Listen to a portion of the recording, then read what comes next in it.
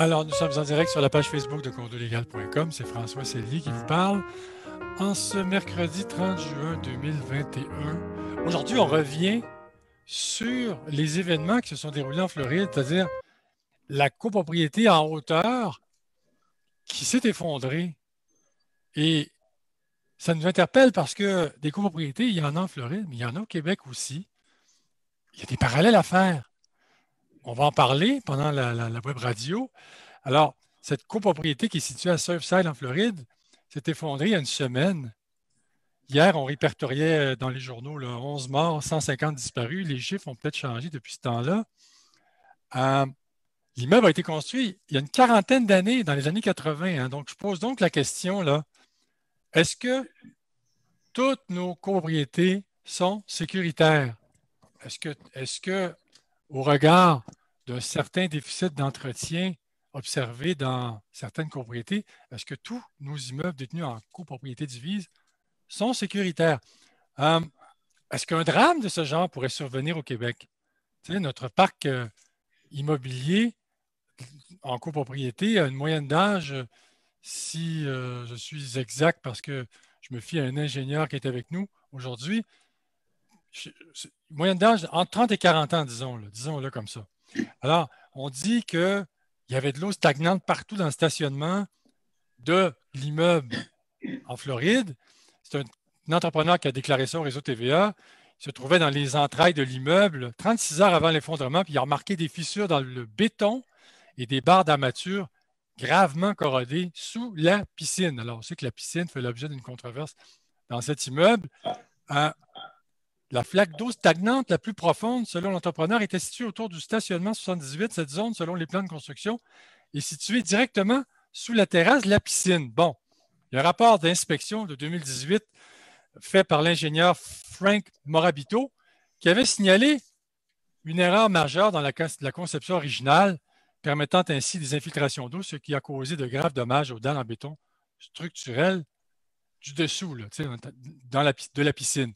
Bon, évidemment, une enquête est en cours, a été déclenchée sur cet événement. Les conclusions vont prendre un certain temps à être révélées. C'est difficile à dire. Est-ce qu'on parle d'un problème de construction à l'origine? Est-ce qu'on parle d'un déficit d'entretien? Est-ce qu'on parle d'événements liés au changement climatique? Est-ce que c'est un cocktail de tout ça? On va le voir avec nos invités ici, notamment notre ingénieur que je vais vous présenter à l'instant et tous nos autres invités. Souvenez-vous du panneau en béton du Residence Marriott Inn sur la rue Peel, dans le centre-ville de Montréal, qui est tombé du 17e étage, si ma mémoire est bonne, directement sur une personne qui était attablée au restaurant avec son conjoint. Alors, la pauvre dame de 33 ans a reçu une tonne de briques, c'est le cas de le dire, et je ne fais pas d'humour noir, là, loin de là. Elle est morte sur le coup, là. Le bloc est arrivé, c'était une énorme affaire. C'est une chose énorme qui arrive, qui prend de l'élan sur 17 étages, imaginez-vous. On se souvient aussi que, d'ailleurs, cet incident du Residence Marriott Inn qui a été construit en 69 a fait dire au coroner à l'époque qu'on tardait au Québec là, à mettre en place des mesures pour que nos immeubles soient plus sécuritaires. On se souvient aussi, un an plus tôt, dans l'arrondissement Saint-Laurent, il y a eu un immeuble dont une dalle de stationnement souterrain hors sol s'est effondrée sur un livreur qui venait livrer quelque chose. Et puis le livreur, il s'est fait littéralement écraser par des tonnes de béton, là. Il est mort, le coup 45 degrés, d'une asphyxie positionnelle. Je me rappelle du terme, c'est surréaliste. Ça bouleverse l'imaginaire d'entendre ça. Donc, aujourd'hui, on parle de nos copropriétés divises, du déficit d'entretien, de la qualité dans la construction, puis on revient aussi sur ce dont on a parlé il y a 2 semaines avec nos invités. Il y avait seulement Claude Gartin qui n'y était pas. Un rapport du vérificateur général du Québec dévastateur sur la Régie du bâtiment du Québec déposé au début du mois de juin qui a recensé des problèmes internes, des problèmes de licence, des problèmes de délivrance de certaines licences aux entrepreneurs qui peut-être ne la méritaient pas, ou en tout cas que le contrôle, il y a un manque de contrôle en termes de délivrance de licence. Bon, on ne dit pas que tous les entrepreneurs sont mauvais, bien sûr, on le disait là, il y a 2 semaines. Il y en a des très bons, mais il y en a qui sont moins bons. Et puis, il y en a qui ont besoin d'être encadrés pas mal plus que d'autres. Alors donc, on va parler de ça. D'ailleurs, il faut donner le mérite à la Régie du bâtiment du Québec qui a, suite aux événements de l'arrondissement Saint-Laurent et du Residence Marriott Inn, a travaillé à mettre en place le chapitre bâtiment du Code de sécurité, là, qui est entré en vigueur en mars 2013, le 18 mars 2013. Et ce chapitre bâtiment du Code de sécurité, dont l'abréviation est le CBCS, oblige les propriétaires d'immeubles, notamment résidentiels, à faire inspecter leur façade, leur stationnement souterrain en béton, les dalles de stationnement en sol. Ils doivent démontrer que, notamment, là, que leur immeuble est sécuritaire, non seulement pour leurs occupants, mais également pour les gens qui se trouvent autour. Hein, parce que quand un mur en briques tombe, là, ben, si quelqu'un passe au même moment, ben, il risque d'être enterré par des briques. Puis on peut imaginer les résultats, ça ne va pas être très beau à voir. D'ailleurs, on va discuter de ça également avec nos invités. La table est mise donc pour cette web radio qui est une présentation, je vais le dire à l'instant, là, une présentation d'une firme d'experts en sinistres indépendants, hein, Crawford et compagnie, donc, qui est un cabinet qui offre des services d'experts en sinistre indépendants, notamment en copropriété. L'expert en sinistre, Mathieu Sirois, a développé une grande expertise dans ce domaine, donc un domaine qui est en pleine expansion au Québec, c'est-à-dire les experts en sinistre indépendants qui offrent leurs services aux syndicats de copropriétaires lorsque le coût pour faire réparer des dommages est inférieur au montant de la franchise. Disons que vous avez un dégât d'eau qui coûte 22 000 à faire réparer, mais que votre franchise est de 30 000 pour dégâts d'eau. La franchise, c'est le déductible en bon français, là, le deductible.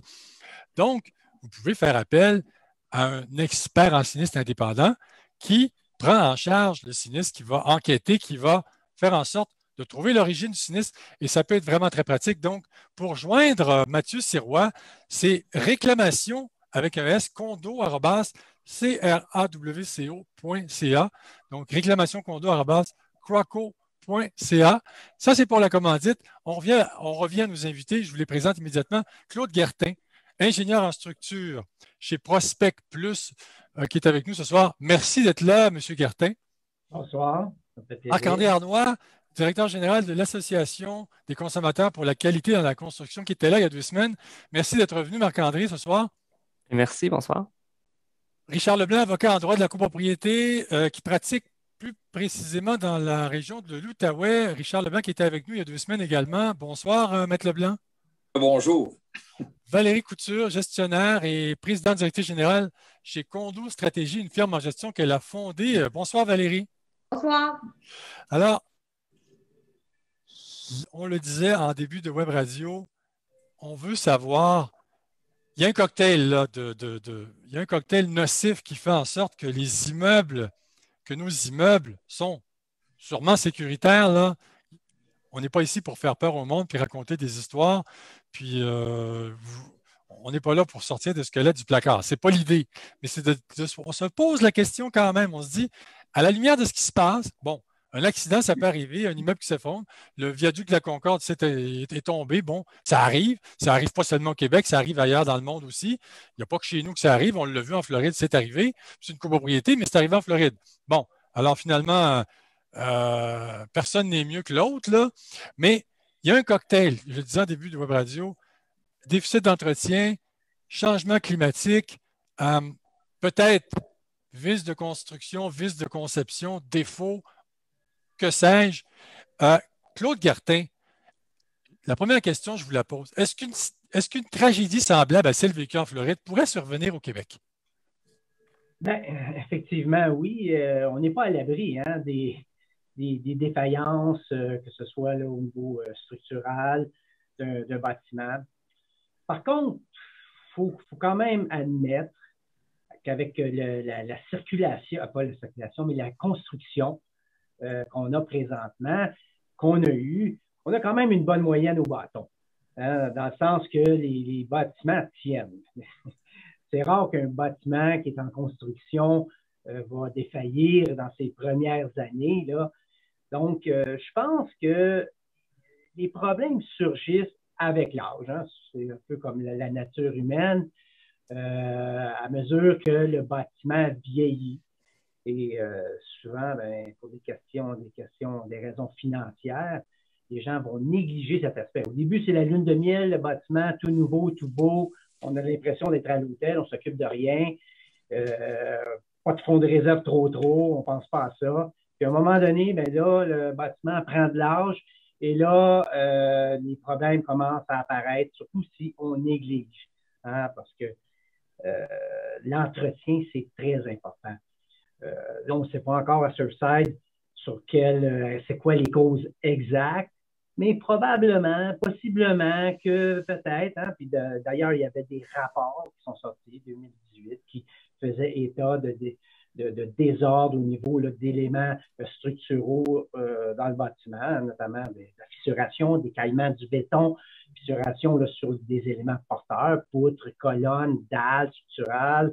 On a même aussi dans un bâtiment, il y a la conception, il y a la construction. Des fois, la conception est correcte, mais la construction est pas bien faite, comme ce qui semble survenir là, au niveau là, de l'étanchéité, au niveau de la piscine sur site, c'est que la dalle était à une pente négative qui drainait l'eau vers le bâtiment.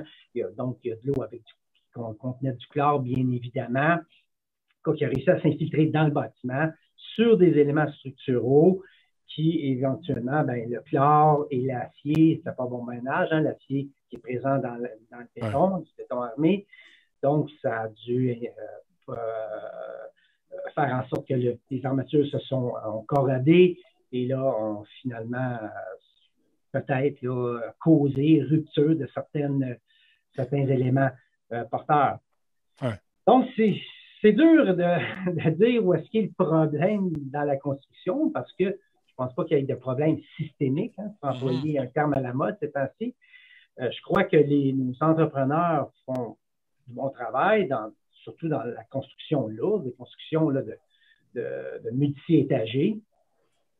Mais le problème est peut-être bien souvent, hein, nous on le voit parce qu'on fait beaucoup d'inspections de bâtiments de moyenne et grande envergure et on voit qu'il y a des bâtiments qui sont laissés à eux seuls. Donc, qui sont laissés pas à l'abandon, mais qui sont laissés à eux-mêmes. Hein?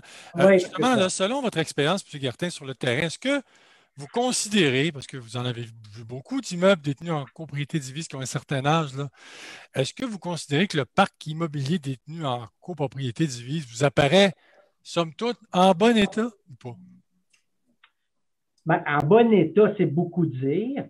Par contre, je pense qu'avec les mécanismes qui sont présentement en vigueur, notamment pour l'obligation hein, pour les propriétaires de bâtiments de 5 étages et plus de faire inspecter leur façade à tous les 5 ans et aussi leur parc de stationnement ayant une dalle de roulement, une dalle structurale. Je pense que c'est des mécanismes qui incitent là, les propriétaires à prendre plus soin, à être plus conscients de l'entretien qu'on doit prodiguer à un bâtiment. Parce que forcément, suite à ces inspections-là, ben, il y a un rapport qui en découle. Ce rapport-là, ben, qui est fait par un professionnel hein, pour les parcs de stationnement, que ce soit fait par un ingénieur, donc va mettre en lumière les problèmes présents, actifs, et faire des recommandations sur les travaux correctifs à faire. Ouais. Et moi, je pense que mon expérience me dit, avec toutes les inspections qu'on fait, ben, les syndicats de copropriété ensuite sont proactifs et font faire les travaux. Je ne sais pas que c'est tout le temps le même, mais en général, moi, je pense que les syndicats de copropriété sont très sensibles et sont proactifs dans l'ensemble. Ouais. Valérie Couture, vous avez soulevé un point intéressant tout à l'heure, avant d'entrer en onde. C'est que dans certaines copropriétés, les rapports produits par des professionnels qui indiquent, par exemple, des choses à faire importantes pour, comment dirais-je, préserver l'intégrité structurelle d'un immeuble. Il se trouve que parfois, dans certains syndicats, on remet en cause ces rapports. Souvent, peut-être pour des raisons financières, on n'a pas l'argent pour faire les travaux. Puis là, on remet en cause pour tablette, on remet ça un petit peu plus tard. Est-ce que c'est le cas, Valérie? Est-ce que vous en voyez beaucoup de cas comme ça? Bien, beaucoup, c'est difficile à dire, mais je dirais que des fois, par naïveté, les gens sont portés à critiquer rapidement quand il y a un investissement qui est alloué à ce travail-là. Donc, dommage pour Claude, mais souvent, on a beaucoup de gens qui se prennent pour des ingénieurs sur le site en disant ce qu'il a écrit, c'est pas si grave que ça, c'est pas vrai que ça doit coûter si cher que ça, puis etc. Donc, des fois, on est un peu dans le déni de la réception des rapports comme ça. Après ça, nous, comme gestionnaires, on doit commencer le travail de séduction en parlant des travaux qu'il y a à faire, puis convaincre les gens. Et moi, où je trouve que c'est important comme administrateur de faire affaire avec toujours les bons professionnels, c'est justement de remettre à la responsabilité à des gens comme Claude qui vont être là pour amener qu'est-ce qui doit être fait, comment il doit être fait et par qui il doit être fait. Et parce que si on ne prend pas d'ingénieur et on décide de faire des travaux dans la maçonnerie, bien, qui dit qu'on répare la bonne chose dans un premier temps? Ouais. Parce qu'on va se fier sur des soumissions et on peut avoir 10 soumissions qui auront une ampleur d'une façon très, très claire d'un extrême à l'autre. Ouais. Fait que c'est sûr qu'on veut toujours référer nos administrateurs de se libérer de la responsabilité de faire ce qu'il y a à faire et de le remettre entre les mains des professionnels. Ça pourrait éviter des problèmes qui sont soignés plus tôt et qui vont éviter des sorties d'argent énormes si on ne les a pas soignés quand c'était le temps. Vous parliez d'un point intéressant, Valérie, le déni. Hein? Bon, ça, c'est dans la psyché, le déni, c'est fort. Alors, les gens font « je ne veux pas voir, je ne veux pas voir, je ne veux pas le savoir, je ne veux pas l'entendre ». Alors que dans le fond, ils ont tout intérêt parce que vivre en copropriété, ce n'est pas seulement vivre dans un appartement. Il y a une structure qui soutient l'appartement.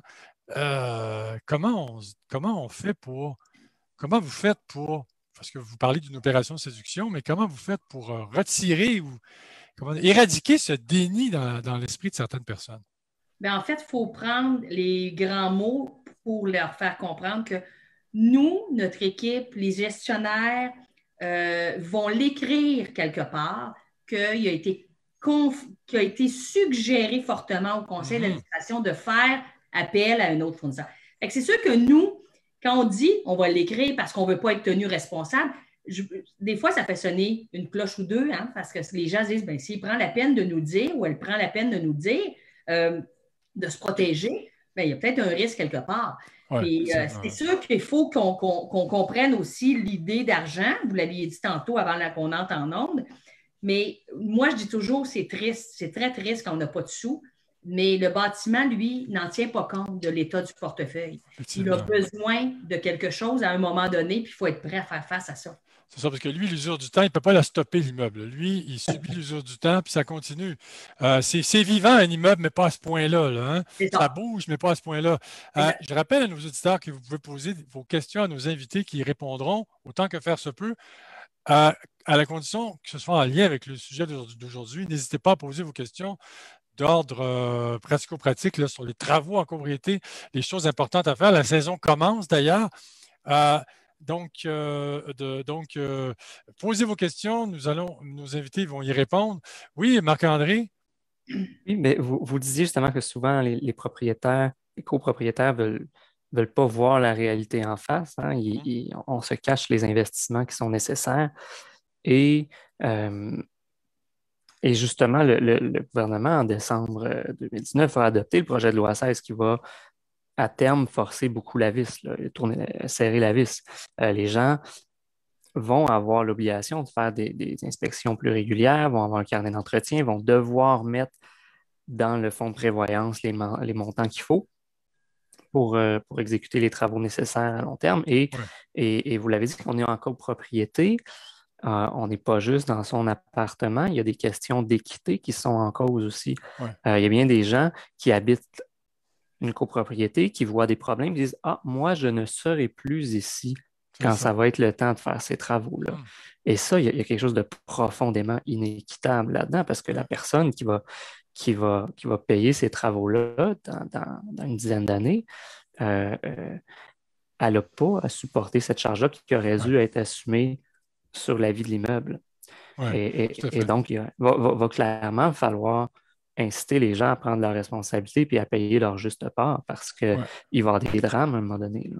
Et vous avez raison, M. Arnaud, de dire que le projet de loi 16 arrive à point nommé parce que les choses vont commencer à changer grâce à ce projet de loi qui contient de nouvelles dispositions beaucoup plus coercitives. D'ailleurs, il y a un avocat me disait que l'article 1068.1 du Code civil du Québec qui entrera éventuellement en vigueur obligera les syndicats à fournir un document d'attestation. Et là, on ne rit plus, là. On ne rit plus. Alors, en Ontario, c'est obligatoire. Si je ne m'abuse, M. Leblanc, vous allez nous le dire. Oui. C'est obligatoire.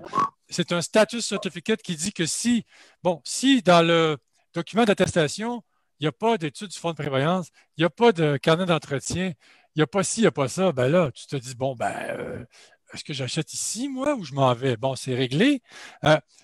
Donc, c'est un bon point, M. Arnaud. Maître Leblanc, je demanderais à notre ami Richard Leblanc de monter légèrement pour être en phase avec nous. Si vous pouvez monter légèrement plus haut. Oui, voilà. C'est exactement ça. En Gaspésie, moi, pas mal cool. Comment vous dites? Je suis en Gaspésie, là. Je suis dans un beat un petit peu moins chaud et un petit peu moins hot qu'à Montréal. Oui, on n'insistera pas trop. C'est clair. Merci d'être là, Maître Leblanc, soit dit en passant. Oui. Maître Leblanc, Valérie Couture a parlé de la responsabilité tout à l'heure des administrateurs. Bon, un gestionnaire qui dit aux administrateurs, écoutez, là, si vous ne les faites pas les travaux, vous allez signer une décharge ici, là, les administrateurs qui disent, on vous le dit, puis s'il se passe quelque chose, nous ne sommes pas responsables. Là.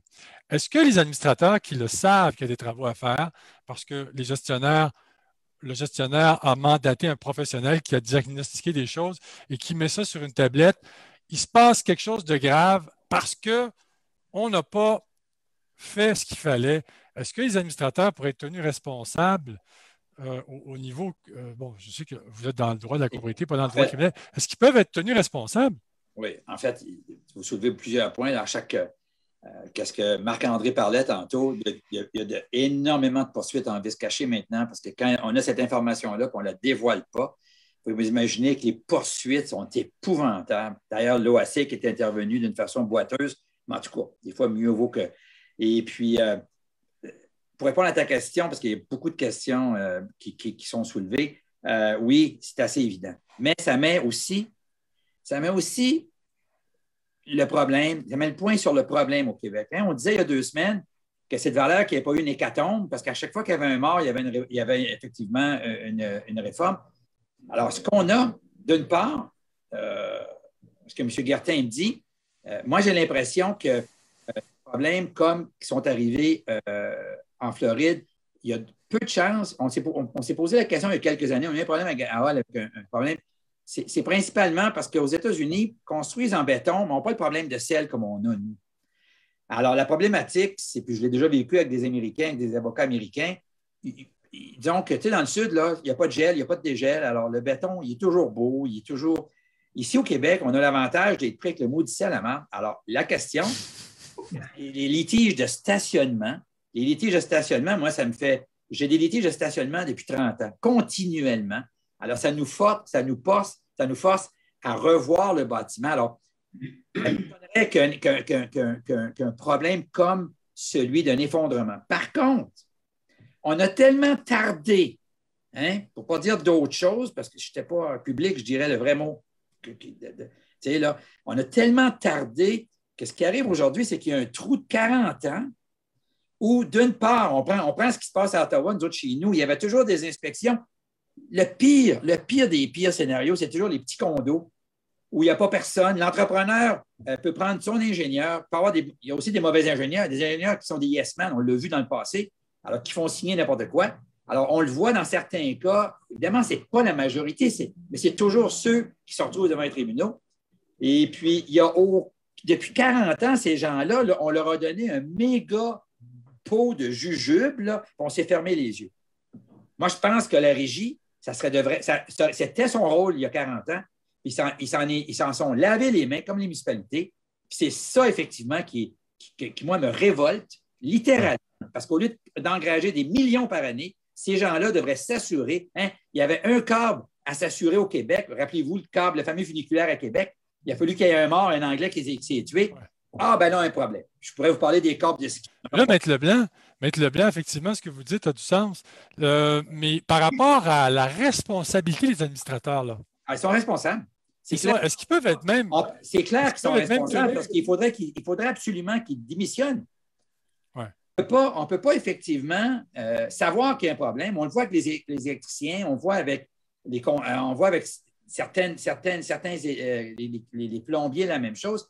Je plaide un dossier comme ça actuellement. On ne peut pas, au nom qu'un actionnaire, qui sont des syndicats de copropriété, nous dit « Moi, je ne veux rien faire, on tablette. » Je vous dis, moi, si j'étais effectif, si j'ai des problèmes 10 ans plus tard, 5 ans plus tard, puis j'apprends ça, il est clair que je vais poursuivre le syndicat. Et Maître Leblanc, est-ce qu'on pourrait, à la limite, disons, les administrateurs de l'époque où le rapport a été produit, qui n'ont rien fait, est-ce qu'on peut remonter jusqu'à ces administrateurs-là, même s'ils ne sont plus dans la copropriété? Oui, il y a plusieurs poursuites actuellement. Oui. Prix for all. D'ailleurs, je suis content parce que c'est le prix à payer pour l'inertie légale qu'on a subie durant 40 ans. Ouais. Là, présentement, comme disait Marc-André, je pense que c'est Marc-André qui a soulevé le point.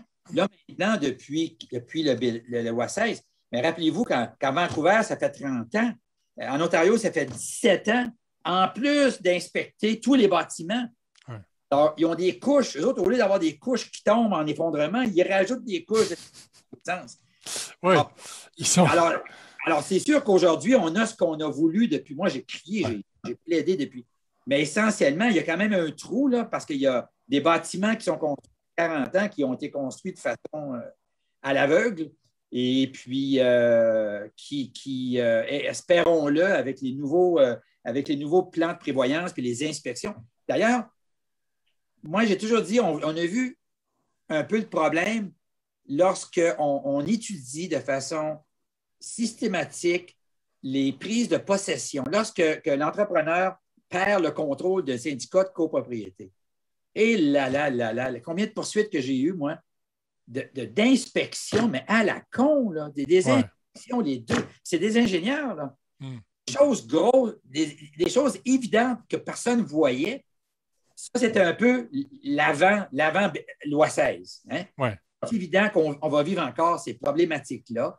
Mais j'ai l'impression, puis je suis d'accord avec Claude, évidemment, je ne suis pas un génie, moi, je suis qu'un avocat. Hein, évidemment. Ils sont tous des ingénieurs, alors on doit. Alors, l'idée essentiellement, c'est que la problématique d'effondrement, je crois, je suis d'accord avec Claude, là, ça serait très étonnant. Je pense que ce serait très étonnant parce que, disons qu'on marche les fesses serrées, là, mais notre température ne nous laisse pas le choix. Hein. Ouais. Monsieur Guertin, question d'une auditrice. Nous avons fait inspecter notre immeuble de 40 ans pour les façades et le stationnement 2 fois pour se conformer au CBCS, la loi 122. Hein? Bon, est-ce que ces inspections vérifient aussi la structure ou uniquement les façades et stationnements? La dame dit, j'aimerais m'en assurer. Bon, quand on inspecte une façade, hein, c'est l'enveloppe du bâtiment qu'on inspecte. Même si l'enveloppe est quand même connectée à la structure, ça ne nous donne pas une idée de la structure comme telle du bâtiment.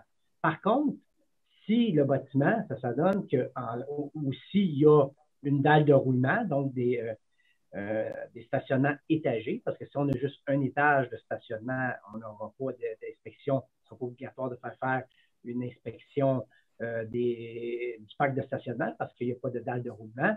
Par contre, donc, si la dame a fait faire une inspection de son parc de stationnement, c'est parce qu'il y avait une dalle de roulement. Donc, évidemment, lorsqu'on fait une inspection d'un stationnement, bien là, on vérifie l'assise du bâtiment. On peut voir les colonnes porteuses, les poutres, les murs de fondation, Évidemment, oui, la dalle structurale, les dalles. Donc, tout ça va peut nous donner un bon indice du comportement du bâtiment, du comportement structurel du bâtiment, ses fondations, tout ça. L'enveloppe aussi peut nous donner un bon indice aussi. Si on voit là, si l'enveloppe, c'est un revêtement de briques, on voit du cisaillement, des déchirures, là, dans la fissuration dans la brique, dans un revêtement de maçonnerie de brique, ben, ça peut nous indiquer qu'il y a des mouvements structuraux qui ont lieu. Seriez-vous d'accord avec moi? Quand ils ont passé ça, quand la madame s'est fait tuer, j'ai regretté qu'il n'y ait pas un morceau de structure en même temps. Je dis ça à la blague, mais c'est vraiment idiot comme ça quand j'explique ça, là, parce que je ne peux pas concevoir, j'ai eu cette discussion-là des tonnes de fois, pas encore aujourd'hui, avant même d'instructer la structure. C'est un peu comme étudier, comme regarder le body d'un auto, mais sans regarder son frame. Ouais. De façon, si tu as le frame tout croche, bon Dieu, tu as beau toucher à ta tôle, ça ne fera pas grand-chose. Non, je suis parfaitement d'accord. Comment ça se fait que la régie, puis le gouvernement, puis tous ces gens-là n'ont pas pris l'occasion pour s'assurer d'avoir des inspections complètes, de façon à ce qu'il n'y ait pas de... Parce que moi, je ne peux pas croire qu'on fasse... C'est un peu comme, tu le sais, un peu comme faire la brique, puis dire, à les arbres, peut-être qu'il y a un problème de fondation. On n'ira pas voir la fondation. On a le problème avec le toit et la ventilation. Les conneries entre le toit et la ventilation, moi, ça me donne l'urticaire, mais on ne parle pas de ça aujourd'hui. Mais Maître Leblanc, d'ailleurs, vous parlez du Residence Marriott Inn, là, oui. du panneau en béton qui a tombé, qui a chuté du 17e étage. Je me souviens avoir lu qu'un rapport avait établi que ce panneau n'était attaché que d'un côté. Ah ouais? Mais pas de l'autre. Alors là, on est dans... Mais, M. Carter, alors, ça, c'est quoi? C'est un vice de conception, de construction, de construction. Bon, c'est un vice de construction. OK. Ouais. Parce que dans le plan, c'était prévu. Habituellement, un panneau de béton, c'est attaché aux 4 coins. C'est ça. Dans ce cas-là, il y avait juste 2 attaches. 2 attaches. D'un côté. Donc, il y a 2 attaches qu'on a oubliées. Écoutez, au 17e étage, on installe. Le panneau qui a tombé, là, faisait 300. C'est une section du panneau, 320 kg. Okay. Ça en fait des livres, ça. Hein? Puis... Ouais, ça fait 700 livres environ. Là. Ouais, on a un problème avec les panneaux de briques. Le 17e étage, ça fait mal. Ça fait mal. On a un problème avec les panneaux de briques. Ici, à Hall, tout l'hôtel de ville de Hall, 15-25 Wellington, un ancien bâtiment qui a été construit par Campo, sont en train de remplacer l'entièreté des panneaux de briques parce que là, ce n'est pas les panneaux qui tombent, c'est les briques. Mais sais-tu, quand tu es en bas, toi, que tu reçoives une brique ou un panneau, ça fait aussi mal. Hein? Ouais. Mais il reste que la régie, à ce moment-là, moi, je me suis arraché les cheveux sur la tête, a refusé d'aller plus loin que le panneau. Ça vous montre cette espèce de mentalité qu'on a au Québec d'en faire le minimum. Il faut se poser la question, là, puis François, tu soulevais la question tantôt. Comment se fait-il dans une société civilisée qu'on puisse avoir un rapport d'un ingénieur qui dit effectivement qu'il y a un problème pour la sécurité publique, puis que ce rapport-là ne doit pas obligatoirement être dénoncé à la régie. En tout cas, si au moins la régie pouvait servir à ça, au lieu de courir et de faire les petites conneries qu'ils font, puis leur espèce de tournage en rond, c'est pas compliqué. Est-ce qu'il n'y a pas quelque chose de fondamental? Je veux dire, c'est un peu comme si une voiture avait un rappel, puis on le cacherait. Oui. Maître Leblanc, on va passer à... On va y revenir, on a encore du temps. Valérie, on va... J'aimerais ajouter quelque chose que Maître Leblanc a dit, que c'est très, très, très important, pertinent, dans le sens où on fait faire des inspections bâtiments pour la 122, pour nos gros immeubles en syndicat de copropriété. Oui. On dresse les priorités. Donc, Claude pourra me corriger, là, mais 0,1 an, 0,3 ans, 0,5 ans.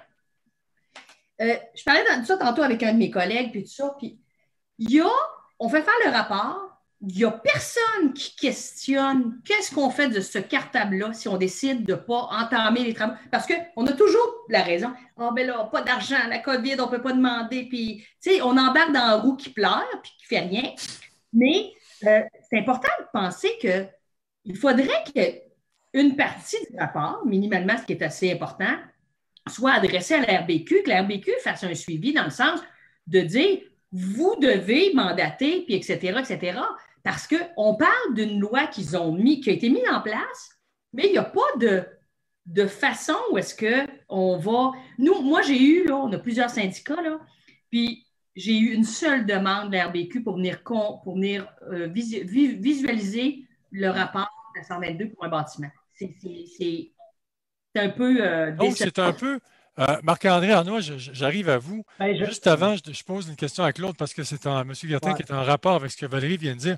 Ouais. Est-ce que le CBCS, là, est-ce qu'on peut penser que toutes les copropriétés sont inspectées depuis le CBCS? Est-ce que toutes se conforment ou on en échappe quelques-unes, là? Bon, il y a sûrement, on doit en échapper quelques-unes. Par contre, tantôt, Valérie parlait, est-ce que la RBQ est au courant de ces rapports-là, etc.? Il y a un mécanisme hein, dans l'inspection des façades qui oblige, la loi, là, oblige, si moi, je fais une inspection des façades et je constate une condition dangereuse, ben, c'est mon devoir d'informer le propriétaire du bâtiment, le CA, le syndicat de copropriété, si c'est une copropriété, et aussi la RBQ. Hein. Donc, si je m'aperçois que le propriétaire n'a pas pris action, moi, je vais envoyer une lettre à la RBQ disant qu'à cet endroit-là, il y a une condition dangereuse, ils n'ont pas pris action parce que moi, j'ai dit que ça prenait, je ne sais pas, moi, un périmètre de sécurité, etc., puis il fallait agir proactivement tout de suite, à court terme. Ben dans ce cas-là, moi, je n'ai pas le choix. Là. Est-ce que, M. Gartin, ça vous est arrivé de prévenir la RBQ que certains syndicats, on ne va pas dire que les syndicats sont tous des méchants, est-ce que c'est arrivé que des syndicats ne prennent pas action et que vous avisiez la RBQ et comment la RBQ a réagi? Bon, écoutez, c'est ça. Donc, moi, ça m'est arrivé à une occasion où, là, j'ai dit, écoutez, là, moi, dans mon rapport, il y a des conditions dangereuses, il faut prendre action rapidement. Et si vous ne prenez pas action dans la semaine qui suit, moi, j'envoie une lettre, je dénonce à la RBQ. Je n'ai pas le choix. C'est ma responsabilité professionnelle. Là. Puis, ils ont agi? Ah, ils ont agi. Ils ont agi. Donc, c'est ça, il y a un suivi qui se fait, là. Non, le professionnel. C'est pas la RBQ qui agit, c'est son client qui agit. Ouais. Monsieur Arnois, Marc-André Arnois, je rappelle, directeur général de l'Association des consommateurs pour la qualité dans la construction. Je vous pose une question. Je sais que vous n'êtes pas ingénieur, là, mais vous répondrez au meilleur de votre connaissance parce que vous défendez, vous, à l'association, les personnes qui sont victimes de ce genre de problèmes là, avec des maisons, dont des bâtiments résidentiels qui comportent des défauts de construction. Vous les aidez, vous les guidez dans leur démarche, hein, c'est bien ça? Oui, dans la mesure où on a le droit de le faire, oui. On a le droit de le faire, oui, c'est ça. Et vous étiez notre invité donc il y a 2 semaines pour commenter un rapport accablant déposé par le vérificateur général du Québec sur la Régie du bâtiment du Québec. Ce rapport a identifié plusieurs lacunes, notamment des moyens insuffisants mis en œuvre pour s'assurer des compétences des entrepreneurs. Selon vous, est-ce que plusieurs syndicats de copropriétaires devraient s'inquiéter de l'état de leur immeuble, que ce soit au chapitre des défauts des vices de construction qui pourraient mettre en péril l'intégrité de certaines copropriétés au Québec? Et là, je le dis dans un spectre large. Vous n'êtes pas un spécialiste de la chose, on se comprend, mais selon la CQC, est-ce que la CQC se pose des questions à ce chapitre-là? Bien, c'est sûr que c'est pas notre premier enjeu, mais on en reçoit des appels aussi de gens, des fois, qui sont aux prises avec leurs copropriétaires et qu'eux aimeraient donc faire des travaux, mais que ce n'est pas nécessairement tous les copropriétaires qui veulent les faire. Et ça peut causer des problèmes majeurs. Et là, heureusement, avec le projet de loi 16, ils vont avoir les outils. Mais encore là, je dis ils vont avoir les outils. Ils vont avoir les outils qu'il faut pour forcer le syndicat à agir, mais ça va leur coûter cher. Donc, c'est pas nécessairement ça qu'ils veulent. Puis, ils veulent pas. On habite avec les autres copropriétaires. Là. C'est partir en guerre contre ses voisins, c'est jamais agréable. Non. Mais, en effet. D'ailleurs, Valérie Couture disait, oui, mais Arnaud, vous n'avez pas fini, je pense. Ben, non, mais c'est que je voulais rebondir aussi sur ce que Maître Leblanc a dit tout à l'heure quand il parlait de la Régie du bâtiment du Québec. Et il disait pourquoi est-ce qu'on n'a pas fait ci, pourquoi on n'a pas fait ça. Et c'est effectivement un peu révoltant quand on y pense. on le voit. Puis ce que je veux dire là, ça se base sur le gouvernement actuel parce que c'est récent, mais je suis persuadé qu'on pourrait dire la même chose sur les gouvernements précédents. Bon, présentement, à moins d'être sur une autre planète, on est conscient qu'il y a de la surchauffe immobilière au Québec et ailleurs. Et la réponse des ministres, que ce soit Girard ou Laforêt, a été ben, ça va s'auto-réguler tout seul. Et puis, il faut éduquer le consommateur. C'est le consommateur à ne pas acheter s'il ne peut pas inspecter ou à ne pas acheter sans garantie légale. Ouais. Ben, c'est un peu la même mentalité. Hein? On dit non, la façade, c'est important de la vérifier parce que ça pourrait tuer un passant qui passe. Là, c'est de la sécurité du public. Mais à partir du moment où on rentre dans le bâtiment, ben là, ça appartient aux copropriétaires. C'est du secteur, c'est du domaine privé, c'est à eux de s'auto-réguler. Ben oui.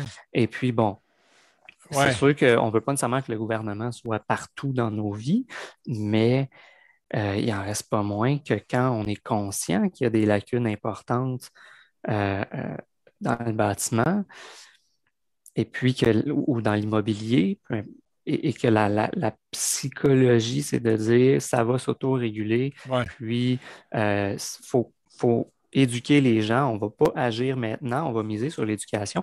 Puis on s'entend, on est tout à fait d'accord qu'il faut éduquer les gens. Moi, je suis d'accord avec la ministre Laforêt que les gens devraient par eux-mêmes ne pas faire ça, acheter sans garantie légale, puis sans inspection pré-achat. Mais l'éducation, c'est long. On le sait, on existe depuis 1994 à répéter des choses aux gens. C'est long, conscientiser les gens, puis changer les comportements. Et l'État ne peut pas miser juste sur l'éducation. Il doit intervenir. Sur la bonne foi des gens, puis la pensée magique. Là. Des fois, ça relève presque de la pensée magique. Maître Leblanc, puis ensuite Valérie Couture. Maître Leblanc, ça n'a aucun sens que les autorités ne réagissent pas à l'idée que les vendeurs, propriétaires, vendeurs, il y en a eu un, là, on a lu ça cette semaine. Le vendeur de la maison dit vous pouvez visiter conditionnel à une promesse d'achat. Ça n'a pas de sens, ça. Puis là, on laisse ça aller, puis c'est le choix du vendeur, c'est lui qui décide ça. Donc, tu veux acheter la maison, tu ne peux même pas la visiter avant même de signer une promesse d'achat. Maître Leblanc, qu'est-ce que vous en pensez? Sur le niveau légal, là? C'est difficile parce que souvent, moi, j'ai vu ça faire dans des bâtisses commerciales, dans des cas bien particuliers. C'est excessivement difficile. Puis je pense qu'on en est rendu là aujourd'hui. Moi, je veux dire, ça serait excessivement difficile de trouver une façon de corriger ça. Moi, je me gratte la tête depuis plusieurs mois parce que j'ai vécu ça. J'ai eu énormément de dossiers là, de tous, et des entrepreneurs et des clients. Oui. Et puis, je dis toujours la même chose. Hein? Je vais être méchant, mais si comme en Ontario, la garantie légale, ils s'en fichent un peu parce que vu que les maisons sont inspectées, puis vu que la charge est tellement faible, c'est presque de la fraude. C'est des cas de fraude qui passent à travers le filet. Oui, les mailles du filet, là. C'est ça, les mailles du filet. Ici, compte tenu de la complaisance des gouvernements, hein, je vais être d'accord avec Marc-André, là, des gouvernements depuis 40 ans, puis des ministres d'habitation qui ont une chose en commun, c'est d'avoir rien fait. Je pense que ça aurait été difficile, mais c'est parce que j'essaie de voir la façon de réguler la question des ventes sans garantie légale. Je pose la question, Maître Leblanc, est-ce que, sans garantie légale, ça c'est une chose, mais sans visite préalablement, ça n'a pas de sens. Est-ce que l'organisme d'autoréglementation du courtage immobilier du Québec ne devrait pas obliger les courtiers à faire visiter avant que quelqu'un signe une promesse d'achat? Je pense que ça serait un minimum. L'idée essentiellement, on pourrait avoir un autre web juste sur la question des ventes sans garantie légale. Risque et péril, j'entends. On va en faire une. Oui, parce que ça, je suis un spécialiste. J'en fais beaucoup. Mais l'idée, c'est que la question de vente. Moi, je pense qu'un juge, éventuellement, je pense qu'il y aurait une chance qu'une personne qui a été dans un carcan comme ça pourrait effectivement réclamer puis prétendre que son consentement a été vicié. Ouais. Et puis, parce que c'est tellement inhabituel de forcer une promesse. Alors, bon, mais là, savoir quel serait le jugement, puis par le temps que ça se range jusqu'en Cour suprême, on va probablement... C'est ça, parce que là, l'idée, c'est que tu dois normalement prévenir le problème. Parce qu'une fois que tu es dans le problème, là, c'est compliqué. Là. Tu vas au tribunal, puis là, ça devient. Tu ne veux pas aller là. Vendre sans garantie légale, on pourrait en discuter beaucoup parce que, tu sais, comment on peut acheter une maison qui a 60 ans, c'est comme acheter une voiture qui a 600 000 km, puis penser qu'on peut l'acheter avec garantie légale, quand on sait qu'une vie utile d'une fondation est de 40 ans, puis que les notaires, allègrement, vendent des propriétés de 60 ans avec garantie légale, là, en sachant fort bien que le client ne pourra jamais collecter, la garantie est finie. Ouais. Alors, c'est comme dire, oui, tu vas avoir de l'argent, mais ton chèque va être zéro. Ouais. Alors, juste avant... C'est du problématique. Mais les visites, je pense que le gouvernement aurait pu bouger au moins pour éviter les achats sans visite. Ça, je pense. Oui, sans visite, oui, sans visite, c'est ça. Juste une seconde, M. Arnaud, je vais juste poser une question à Valérie Couture, puis je reviens à vous tout de suite après. Valérie, pour revenir dans le sujet, là, deux questions que je vous pose là. On va parler après des ventes sans garantie légale, parce que vous avez dû expérimenter ça vous aussi. Mais est-ce que, en tant que gestionnaire de copropriété, vous avez implanté un programme d'inspection des bâtiments après un certain nombre d'années et vous faites rapport, vous dites au syndicat, vous dites aux administrateurs, voici l'état de votre bâtiment, voici ce qui devrait être fait, voici ce qui peut attendre, voici ce qu'on peut ne pas faire. Est-ce que vous faites ça? Vous avez instauré un programme d'inspection des bâtiments? En fait, on a un programme de suivi des entretiens. Pour ceux qui avaient un carnet d'entretien, ces choses-là, on a quand même un entretien de base que nos gestionnaires, que les gestionnaires font tous d'une certaine qui se ressemble pas mal, dans le sens ça, mais ça ne relève pas de nous de faire une étude du bâtiment. Il faut prendre un professionnel, il faut prendre un ingénieur, il faut prendre un technologue en architecture, un technologue en bâtiment professionnel pour établir ces choses-là. Mais on revient toujours à la case départ, c'est qu'on n'a pas de sous. On était budgété toujours en fonction d'un minimum. Il faut penser aussi que le budget d'opération doit faire du sens aussi. Je ne peux pas avoir un fonds de prévoyance ultra garni puis pas avoir de budget d'opération. Il y a quelque chose encore où est-ce qu'on va aller tirer l'élastique du mauvais côté. Fait que là, on arrive avec la loi 16, on doit investir dans le fonds de prévoyance et je le redis, moi, je dis toujours à mes gens qui me disent « Ah, là, ça n'a pas de bon sens, vous augmentez les frais de condo. » Tous les gestionnaires aimeraient bien gros présenter des budgets qui n'augmentent pas. Ce serait tellement facile en assemblée générale. On se taperait des mains. Ce n'est pas le cas. On s'en va au bâton puis on doit livrer la marchandise. C'est ça. Les gens comprennent que le drame qui se produit, je payais 100$ l'année passée. Comment peut-on maintenir un bâtiment qui soit de 6 unités ou peu importe la grandeur à 100$ par année? Bon, là, on arrive avec la loi fonds de prévoyance, carnet d'entretien. Oui, études du fonds de prévoyance. On va forcer ça. Mais il faut que je rajoute tantôt Marc-André l'a dit, une chance que l'arrivée de ça. Mais là, on met de l'argent pour faire des réparations. On va entretenir des choses du carnet d'entretien, mais on n'aura pas d'inspection de structure, on n'aura pas d'autres choses qui sont un bilan de santé. Il y a des bâtiments qu'on le voit, il y a de l'efflorescence sur les briques. Il faut que le syndicat dise je devrais faire appel à un professionnel comme Claude, de faire débarquer Prospect Plus puis dire dis-moi donc ce qui se passe, puis je pourrais prévenir des travaux qui vont être exorbitants 10 ans plus tard. Puis on est chanceux si on n'a pas fait intervenir Maître Leblanc parce qu'on a eu un drame. Ouais. On voit la Monsieur Arnois, excusez-moi, Maître Leblanc, je voulais donner la parole à M. Arnois, puis après, c'est vous.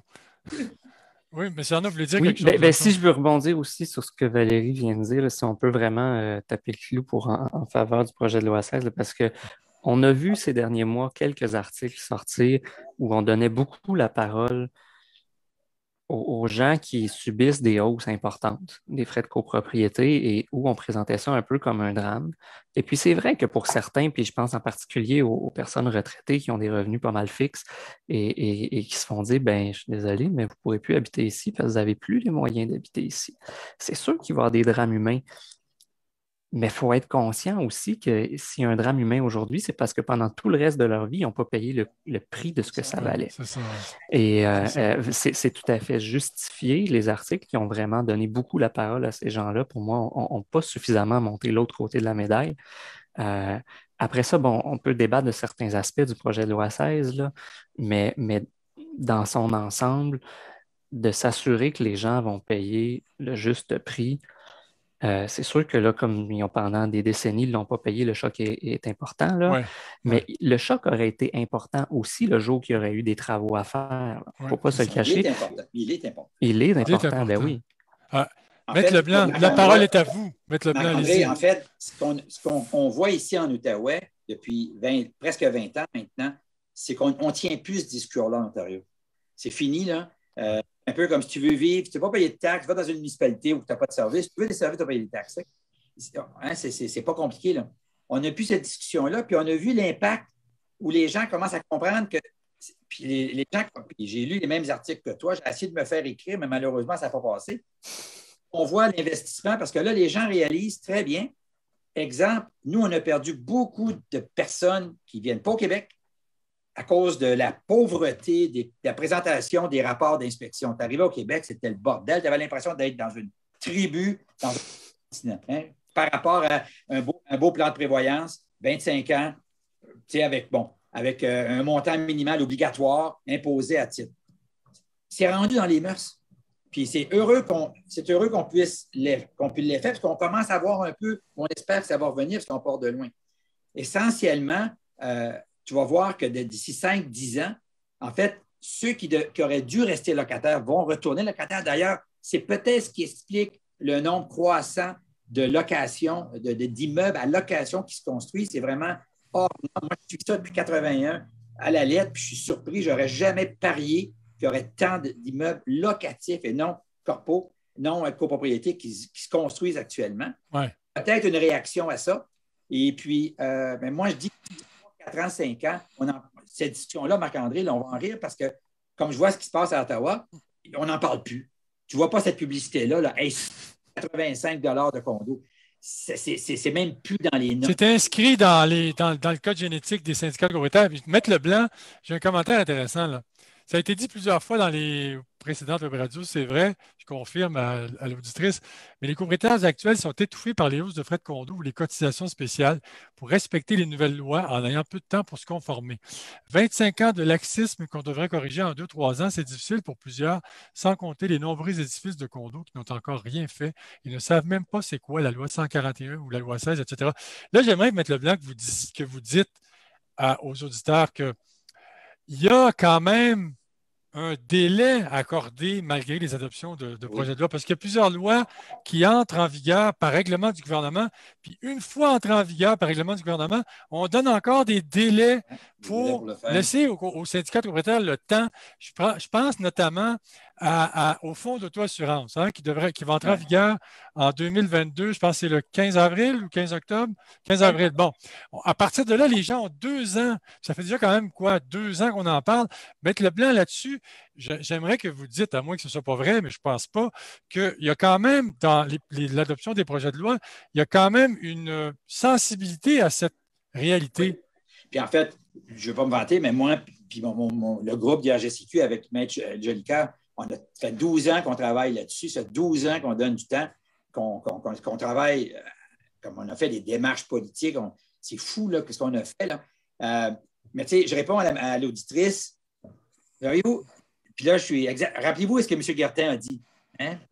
Pas pour rien que c'est un ingénieur, hein, la bague de génie. C'est que le temps est irrémédiable. La course du temps est irrémédiable. Le bâtiment vieillit très rapidement. Alors, il rapide beaucoup plus rapidement que les gens pensent. Et puis, pas l'avoir fait aujourd'hui, ça aurait été encore exponentiellement plus dangereux dans quelques années parce qu'on est tous à la fin. Évidemment, Claude l'a bien expliqué, quand un bâtiment est neuf, ça ne pose pas de problème à ça va bien. Mais c'est quand les bâtiments vieillissent, puis vieillissent mal, puis ils sont encore plus mal lorsqu'ils ne sont pas entretenus. Il n'y a pas de passez-y bien. C'est comme une voiture. Si tu n'entretiens pas une voiture, là, elle va briser beaucoup plus rapidement. C'est ça. Justement, beaucoup plus cher. M. Guertin, vous parliez de la lune de miel. Au début, l'immeuble, tout va bien, c'est beau, Est-ce que vous considérez, vous aussi, que quand même, je comprends que vous n'êtes pas juriste, là, mais quand même, on donne du temps quand même aux syndicats de se retourner. Maître Leblanc, excusez-moi, M. Guertin, je reviens à Maître Leblanc. Est-ce qu'il est vrai de dire qu'une fois que l'étude du fonds de prévoyance entrera en vigueur, l'obligation, on va donner 10 ans aux syndicats pour mettre à jour le fonds de prévoyance? Est-ce que j'ai raison de dire ça? Je pense que c'est 10 ans, parce que ça m'a fait sourciller. Ça, moi, j'aurais voulu mettre ça beaucoup plus serré parce que je voulais effectivement, puis que ce ne soit pas juste les syndicats. Moi, je voulais effectivement que le gouvernement, par exemple, allège les taux de CCQ. Tu sais, parce que c'est quand même très cher en fait salaire, là, puis essayer d'avoir des aménagements pour que ça coûte un peu moins cher. Mais là, ça frappe un mur. Hein? Là, ça n'a pas bougé. Moi, je trouve que c'est trop long, mais effectivement, oui, il y a des délais qui sont. Je crois que c'est 5 ou 10 ans. Je crois que c'est 10 ans. Et puis tu sais, je pense qu'il faut poser la question. Hein. Il faut vraiment être assez. Il y a des gens qui vont réaliser qu'ils n'ont simplement pas les moyens d'être copropriétaires. Ouais. M. Guertin, justement, là-dessus, M. Leblanc, M. Guertin, en tant qu'ingénieur en structure, là, les ventes sans garantie légale, ça peut jouer des mauvais tours aux gens, ça. Est-ce qu'il est concevable d'acheter une propriété existante sans vérifier sans faire les vérifications diligentes?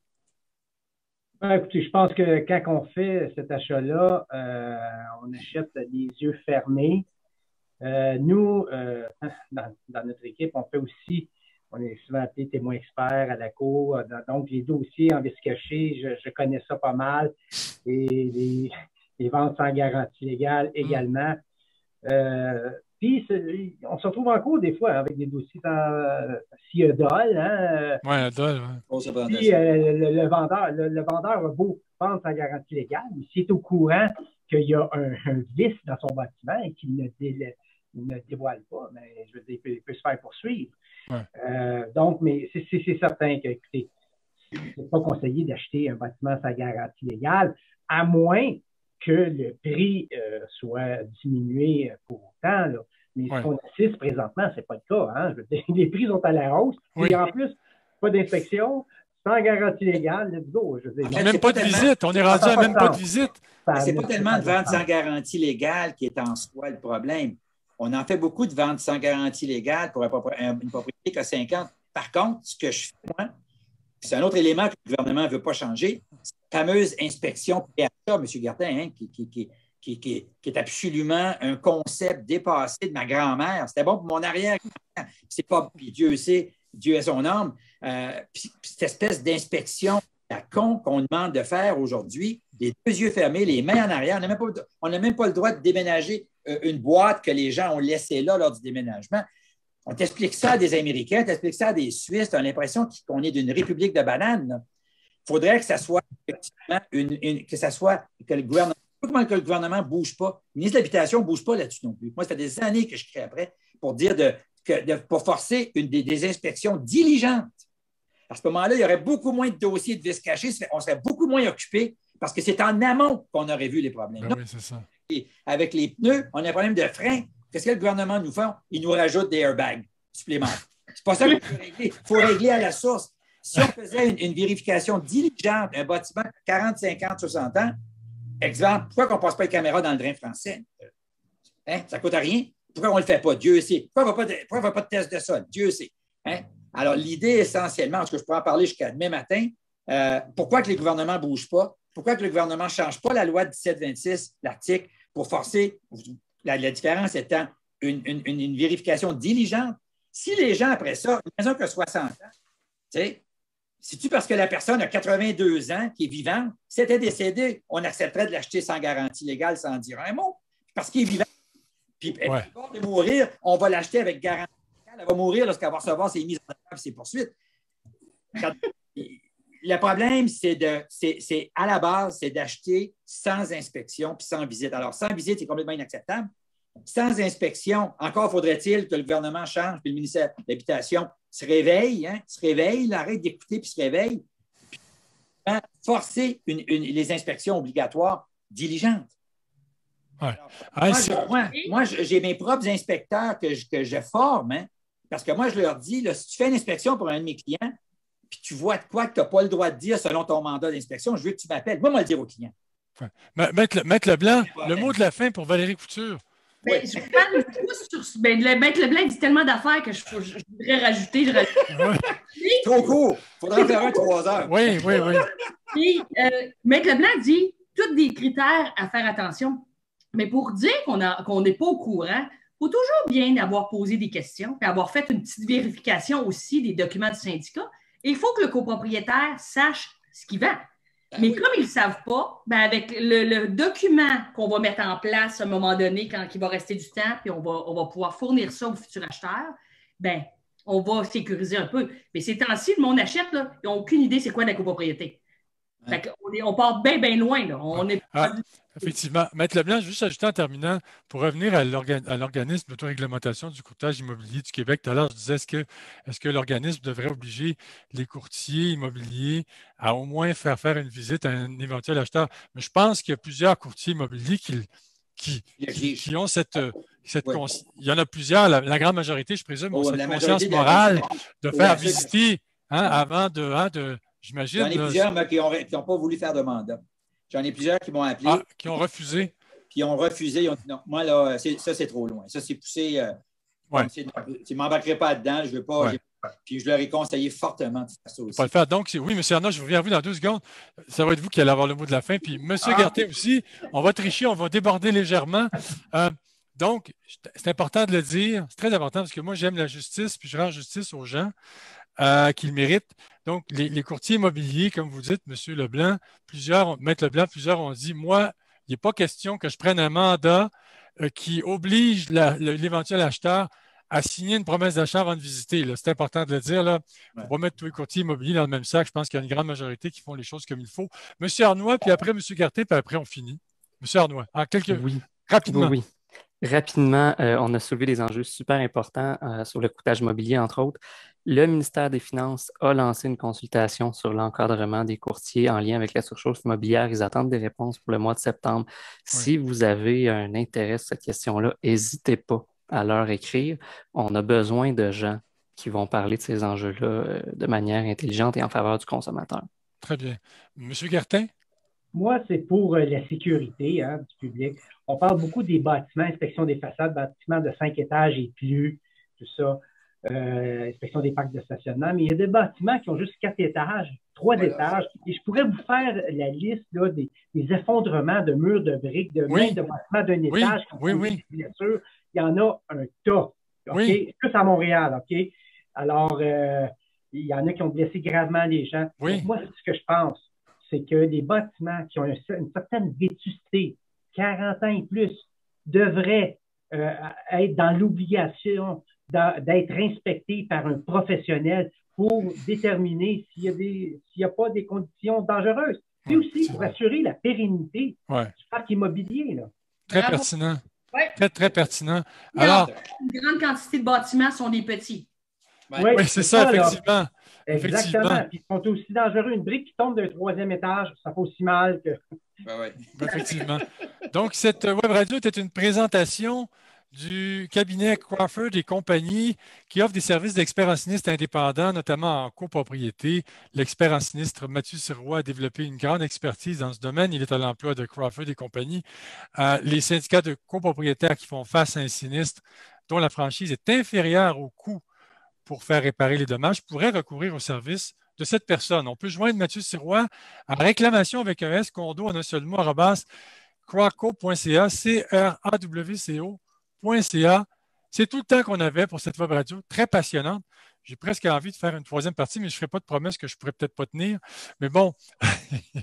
Alors, donc, je remercie mes invités. Claude Gartin, ingénieur en structure chez Prospec. Je ne vais pas dire là, parce que tout à l'heure, on a eu un mélange. Prospect Plus. Prospect Plus, voilà. Je ne vais pas dire Prospect Sol, là. Merci d'avoir été là, M. Gartin. Marc-André Arnois, directeur général, Association des consommateurs pour la qualité dans la construction. Merci d'avoir été là.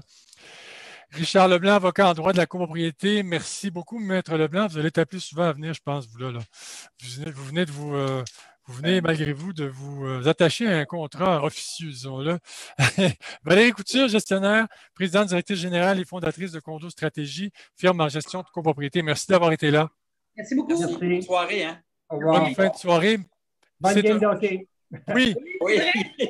Oui. En espérant que le meilleur se produise. Donc, la semaine prochaine, 19h, une autre web radio sera présentée donc en direct sur la page Facebook de condolégal.com. Au revoir. Au revoir. Ah.